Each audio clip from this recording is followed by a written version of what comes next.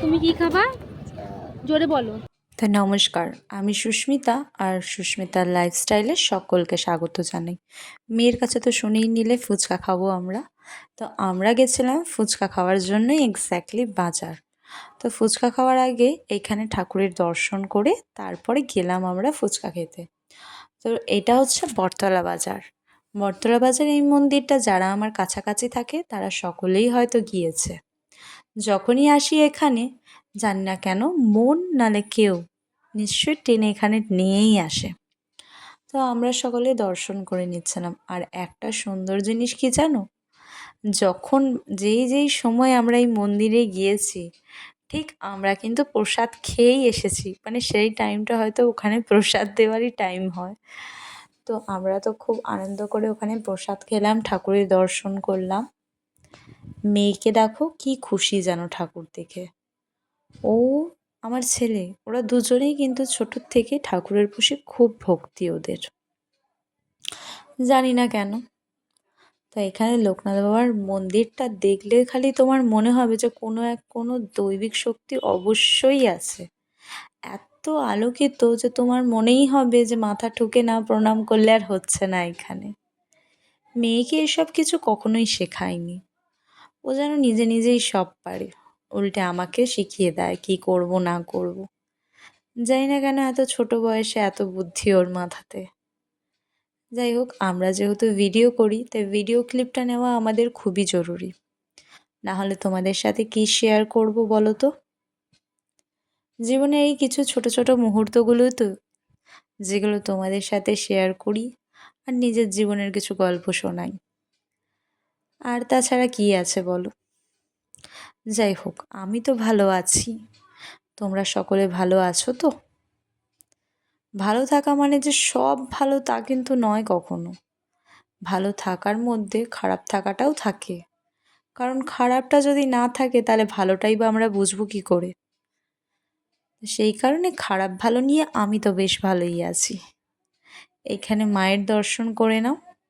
আর মাঝে যে মন্দিরটা থেকে আমরা ঢুকলাম সেখানে আছে ভোলানাথ আমাদের। মেয়ে আবার ছোটোর থেকে খুব চটপটি আমার, জানি না এত বুদ্ধি ওর মাথায় কোথা থেকে আসে। যাই হোক, প্রণাম টনাম করে আমরা এদিক থেকে বেরিয়েই যাচ্ছিলাম কি সেই সময় পুরোহিত মশাই আমাদের বলল যে প্রসাদ নিয়ে যাও। মাও এসেছে আমাদের সাথে, কিন্তু মা বলল যে সদাইয়ের দোকানে মাদের কোনো একটা সদাই নিতে হবে, তাই সেখানে মা দাঁড়িয়ে গেল। মা বলল তোরা যা ফুচকা খা।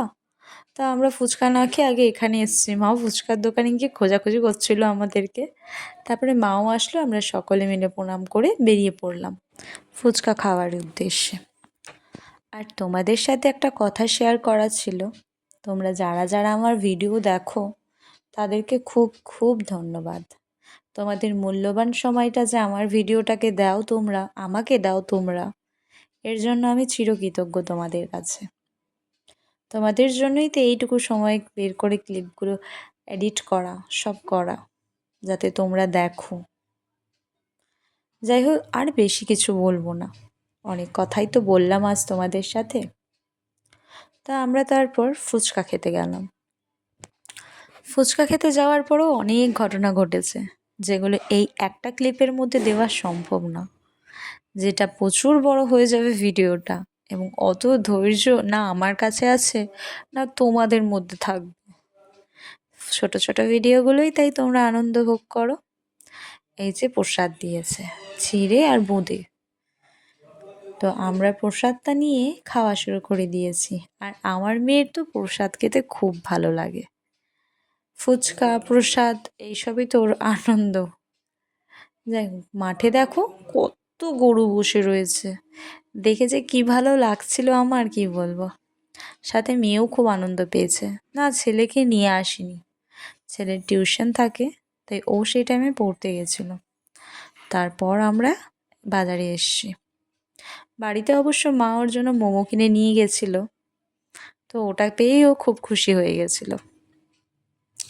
এখানে ওকে দাদাটা ডাকছিল যে তোমার নাম কি, আর ওর নাম শুনে ঠিক চিনতে পেরে গেছে যে আমরা কোন বাড়ির লোক, তাই বলছে যে ছাদের থেকে দেখো না তুমি আমাদেরকে, সেই সব গল্প করছিল ও। ও আবার না চেনা অচেনা এসব ব্যাপার থাকে না, একটু সময় নিলে তারপর পুরো মিলে যায় সবার সাথে। তো এখানে বেরোনোর সময় না নন্দী ছিল বসে, নন্দীর কানে কানে আমরা বলে দিলাম সবাই মিলে কার কী চাই জীবনে। তা আমাকে তো পুরো পাগলির মতো লাগছে, কারণ চেহারাটা কেমন যেন হয়ে গেছে একটু, আর আগের মতো নেই কিছু। তো মা এসছে, তো ভিডিওটা এখানে শেষ করছি, খুব ধন্যবাদ।